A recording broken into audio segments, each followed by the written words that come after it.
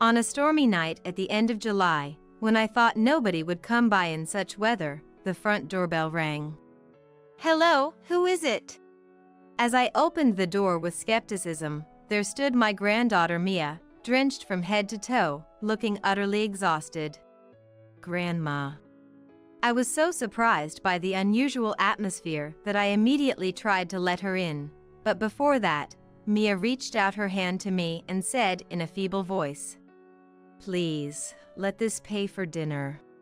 In Mia's soaked hand was $1, apparently intended as payment for her meal. While I didn't mind feeding Mia without any compensation, her condition seemed far from normal, so I decided to call my husband Matthew over. "Mia, what happened?" "Grandpa, I'll pay, so please, dinner." Mia, still extending the $1 she clenched in her hand to Matthew, was met with a light scoff from him. "What can you get with just $1? Nowadays, even a simple sandwich from a grocery store wouldn't be less than $4, would it?"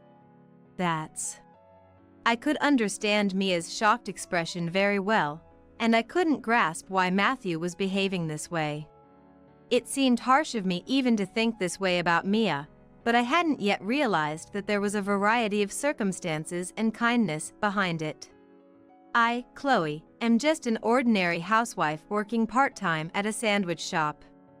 Matthew, having retired from a public service job, now runs a wrestling class for local children due to his expertise in the field. Though Matthew can be quite strict and inflexible, it doesn't mean he's necessarily complicated or peculiar. We have a son, Kevin, who has already moved out, living about a 30-minute drive from our house with his wife, Isabella, and their children. If I remember correctly, Isabella and Kevin met through a college friend and got married when they were 28. Kevin works in a technical role at an electronics manufacturer and often has to travel for work, sometimes being away for up to a month. During these times, Isabella naturally ends up taking care of Mia, but as far as I knew, there were no particular issues.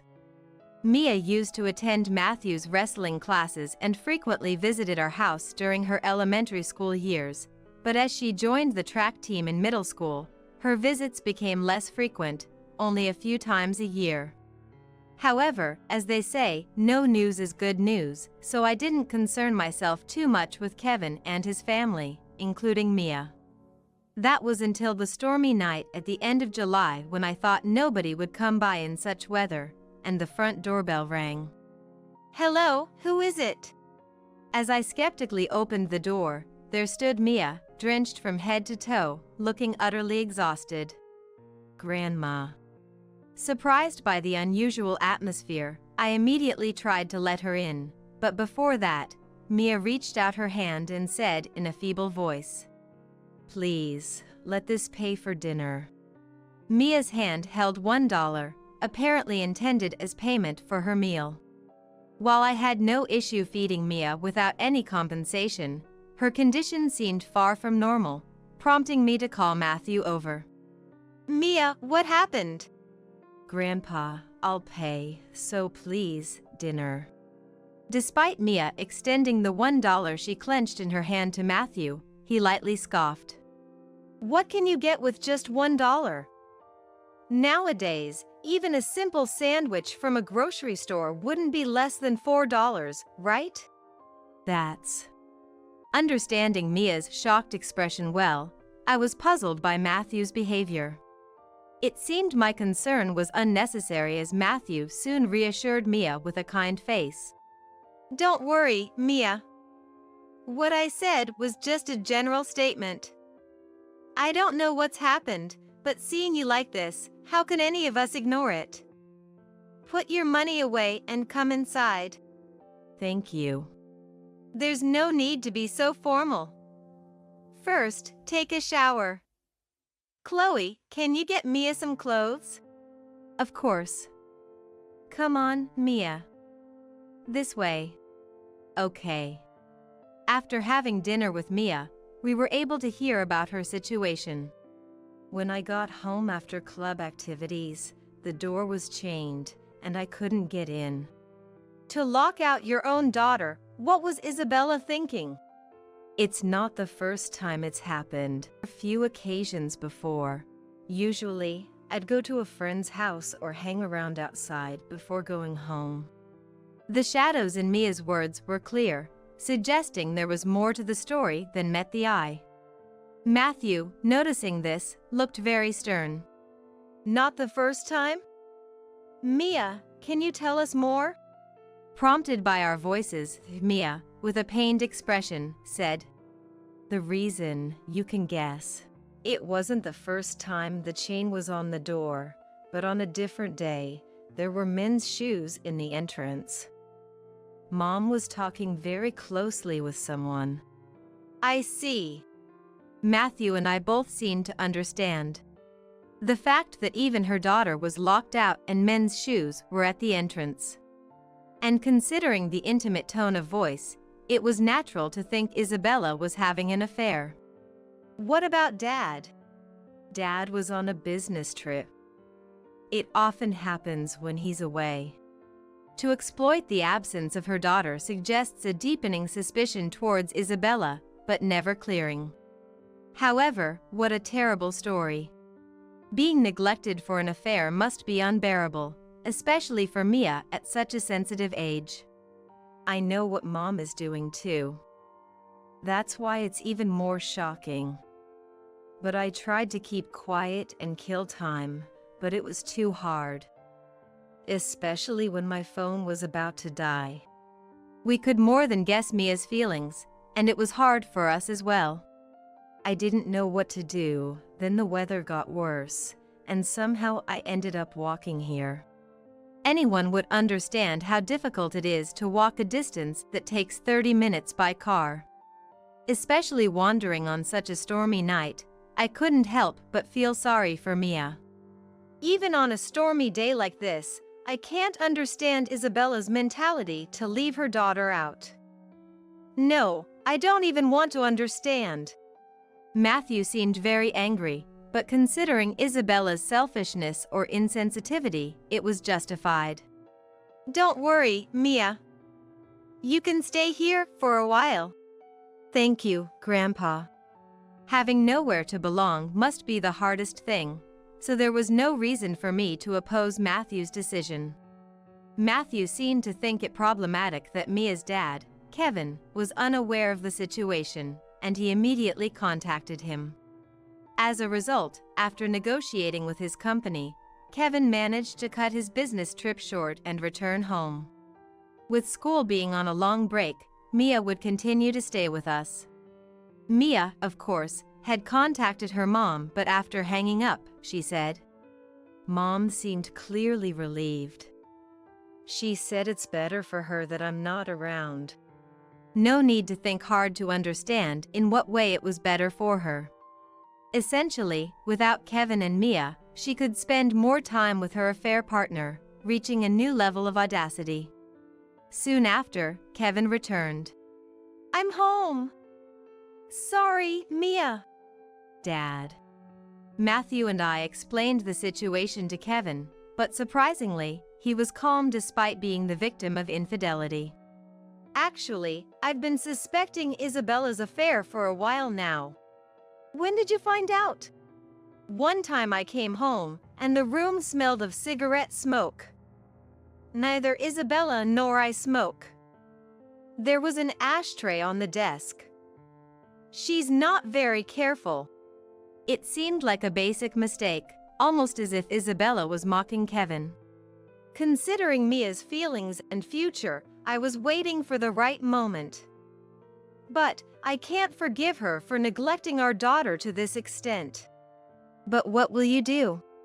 I'm in the process of gathering evidence of the affair. Couldn't the cigarette smell be explained away by Isabella starting to smoke, making it undeniable? Indeed. But Isabella is thoroughly careless. I've found other evidence. Kevin smirked confidently, but gathering evidence of an affair isn't usually easy. There were men's underwear in the house that weren't mine. In exchange, one of my pairs was missing.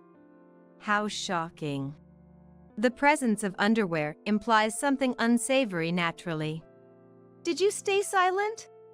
For the time being. I pretended not to notice and preserved the evidence. Kevin was more prepared than expected and shared this as well. A little while ago, I took a day off using my paid leave. I lied to Isabella about a short business trip and staked out in front of the house, and then a man showed up. Did you take a photo? Of course. Here it is. Kevin showed us the photo on his mobile phone, and as we all leaned in, Mia exclaimed, I know this guy." "Indeed." "Who's this?" Matthew answered my question. "This man, he's one of my students, Donald." Seems like he's got some nerve." Though Matthew's face appeared calm at first glance, his few words were filled with overwhelming anger, making the affair partner seem pitiable by comparison. "Shall we storm in and catch them in the act?" "That might be best. Let's do that." "Can I come along?" I can't forgive Isabella, and I have a word or two I'd like to say to her. That's fine. Now, let's plan our approach. Isabella shouldn't know that Kevin has cut his trip short, which works in our favor. Kevin, when was your business trip supposed to end? Tomorrow. Today would be the perfect day for a surprise, wouldn't it? That's right. Let's go then. With that decided, all of us except Mia, who obviously couldn't come along, headed to Kevin's house. Upon arriving at Kevin's home, I wondered what we would do if the door was chained in addition to being locked. However, likely feeling secure without children or Matthew around, there was no chain. As expected, there were men's shoes in the entrance, and we could hear voices chatting from the living room. "I'm home, Isabella." You? Teacher." Isabella and Donald, who had been enjoying themselves, suddenly paled, looking at us as if they'd seen a ghost. "Who is this man?" "He's just a friend. Just a friend." That's right. We were just having a light conversation, nothing inappropriate at all. Isabella and Donald's excuses lacked any conviction and were rather comical. Obviously, such superficial excuses wouldn't appease an enraged Matthew. "That doesn't seem like nothing to me. Did I interrupt something?" Even in anger, Matthew maintained his composure, devoid of any vulgarity but filled with justified righteousness. No matter how you look at it, there's no doubt that Isabella is at fault for being unfaithful in anticipation of her daughter's absence, and I can't feel the slightest pity for her as I watch her do it. "Why are you here now? You're supposed to return tomorrow, right?" Isabella's attempt at defiance was utterly pathetic, seemingly looking for a way out even now, which was ridiculously amusing. "Is it fun to commit adultery by locking out your own child?" "What? It's true that Mia is in the way, isn't it? We can't possibly get along in front of our daughter." Isabella's misplaced anger revealed she lacked any sense of guilt, which was abundantly clear. "You're quite shameless. It's beyond contempt, it's almost admirable." Kevin's sarcastic applause conveyed a sense of resignation. "How can you say your own child is in the way? Have you ever considered Mia's feelings?" "That's none of my concern." Isabella's defiant response seemed almost like neglect. "We were having a good time. Leave us." "Are you out of your mind, Isabella? Do you think anyone here is going to give you a second chance?" Isabella's claims were so absurd they almost became amusing. In contrast, Kevin seemed to be laughing, but now that he knew what was wrong with Isabella, he was actually telling the truth. "How do you intend to atone for defying me, your teacher?" Donald could only tremble in response to Matthew's stern questioning. Of course, he would. Defying a clearly superior figure like a teacher is a grave offense in any hierarchy. Suddenly, Donald, claiming, showed a police badge, which took us all by surprise. It's obstruction of official duties. We were all taken by surprise when Donald suddenly said that and showed his police record in front of us. What? You're a cop? This is real. Want to get arrested? It seemed Donald was deliriously desperate. All of you should be arrested. Isabella's outburst might have been expected, but where does adultery fit into official duties, and how does catching them warrant our arrest? It's not funny. It's so unexpected I can't even laugh. Arrest! Arrest! Get out. Just get out. Watching the two of them repeat themselves like their screws had come loose, my anger passed, leaving only a profound sense of pity. Dad, Mom. At this point, wouldn't it be faster just to call the police? That might be true. It's just pitiful. And so, Matthew called the police right from the spot. Officers arrived shortly after, and Donald was taken away. Where are you taking my boyfriend? Isabella's words were delusional, seemingly unable to grasp the situation.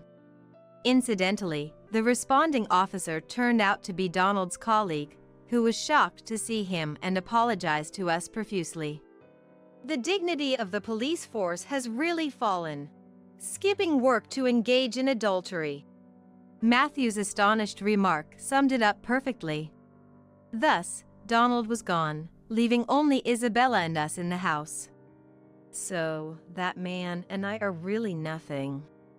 Isabella's shameless refusal to accept reality was almost beyond belief, prompting Kevin to sarcastically clap and say, "Amazing, Isabella.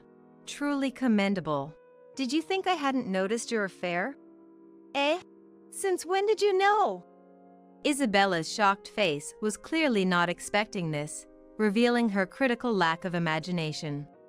"Your stupidity is also commendable. I won't list everything, but it was so obvious I thought you wanted me to know." It's your fault. You're always away on business trips. Isabella still had the audacity to blame Kevin, coming off as a terrible comedian who couldn't get a laugh. I wouldn't say it's a wife's duty to silently keep the house, but blatantly locking out Mia isn't very motherly, is it? What's wrong with calling something bothersome? Isabella's escalating anger was grotesque, certainly not something Mia should witness.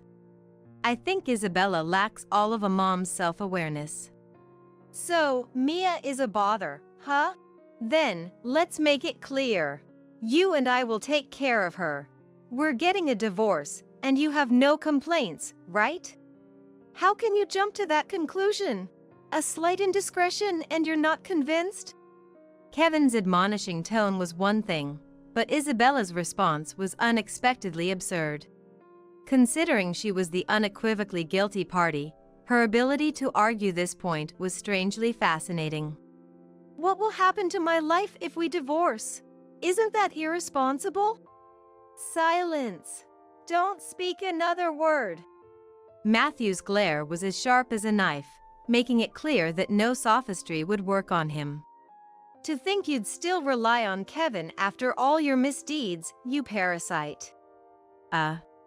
Isabella, we're getting a divorce. And of course, you and Donald will be paying compensation. No objections, right? Matthew's presence was imposing, leaving Isabella sweating profusely. No objections? Yes. Isabella nodded repeatedly, her teeth chattering. Following that, Kevin and Isabella's divorce was finalized, compensation was settled, and naturally, Kevin received custody of Mia. Mia moved in with me and successfully got into a high school within commuting distance. With Kevin still busy and Matthew not the best with children, I decided to quit my part-time job at the sandwich shop. Though our income became slightly less reliable, having Mia close by was happiness enough to outweigh any concerns. Then Kevin mentioned, smiling, I might be getting a promotion soon. Then I can work indoors. What will happen to that house? I'm thinking of selling it. Can I impose on you guys to live here? That's no trouble at all. We'd welcome it, actually. At that moment, the spaciousness of our house, which could easily accommodate 3 families, felt particularly fortunate. With Mom gone, I took over the household duties, but it hardly felt like a burden. Grandma's cooking is so delicious. Seeing Mia always enjoying her meals from the bottom of her heart made all the hardships worth it. Hey, Grandpa, can I go back to the wrestling class? Finding a reason to say no would be harder. Don't hold back. And so, Mia started attending the class again in place of her school club activities, honing her skills. Their relationship couldn't have been better. Mia looked up to Matthew as her mentor, and he cherished her as one of his precious disciples. As for Isabella, whose divorce was finalized, the fact that Donald was a police officer became a bit of a news story. After all, an active duty officer neglecting his duties for an affair was bound to cause a stir. According to the news, Donald received a stern warning and chose to resign voluntarily, which made perfect sense. There was no way to know about Isabella's whereabouts afterward, and to put it coldly, as long as she paid Kevin the compensation, it didn't matter. Though paying a substantial amount in compensation likely strained her finances, frankly, we couldn't care less, nor were we kind enough to offer help. However, according to Kevin, Isabella quickly broke up with her affair partner. How do you know that? Curious about the source of his information, Kevin laughed dismissively. Believe it or not, she contacted me asking if we could start over. I entertained her just to hear her out. Guess what she said? What? She said it'd be easier if someone else supported her.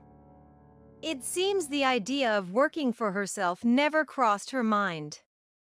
Quite remarkable. Isabella's ingrained laziness impressed me, albeit negatively. Just when I thought that was the end of it, Isabella showed up at our house one day. Come on, I'm in trouble here. Don't you have any compassion to help those in need? Her astonishing self-centeredness reached a level of obsession. And who might you be? Don't pretend you don't know me, Matthew. Silence, parasite. You have no right to call me by name. Matthew's glare once again pierced through Isabella. It was clear that Isabella lacked not only a sense of guilt but also the basic concept of learning from her mistakes. Why would anyone show mercy to a stranger? Do you want me to call the police again? What cold-hearted people! I'd rather not be lectured by a parasite. Kevin's sight spoke for all of us. Despite Isabella's persistence, she eventually kept her distance, allowing us to finally enjoy some peace. Even if there were ways to find out, we had no interest or reason to care about what happened to Isabella afterward. Kevin successfully transitioned to an office job, Mia grew up healthy and well, and our lives continued happily without any further disturbances.